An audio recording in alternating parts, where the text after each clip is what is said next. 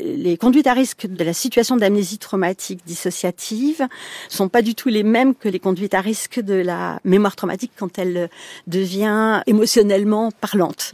Elle va avoir plein d'incapacités à repérer des dangers.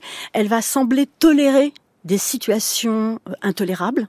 Vous savez que beaucoup de personnes en situation prostitutionnelle ont subi des violences sexuelles dans l'enfance, dont elles sont encore dissociées et souvent amnésiques, plus ou moins amnésiques, et elles peuvent penser qu'elles supportent l'insupportable.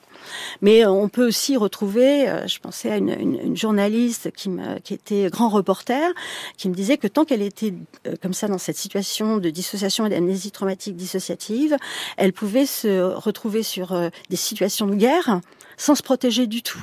Donc ça expose à plein de dangers en fait. Mais c'est presque les rechercher.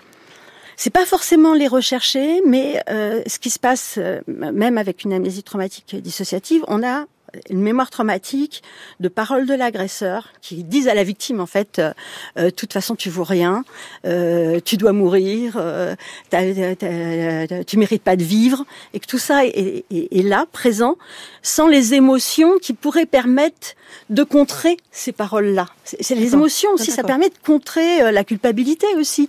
T'es coupable de tout, tu vaux rien, tu mérites de mourir. Donc les victimes qui sont en amnésie traumatique peuvent avoir des idées suicidaires dont elles savent même pas pourquoi elles arrivent, mais il faut qu'elles meurent.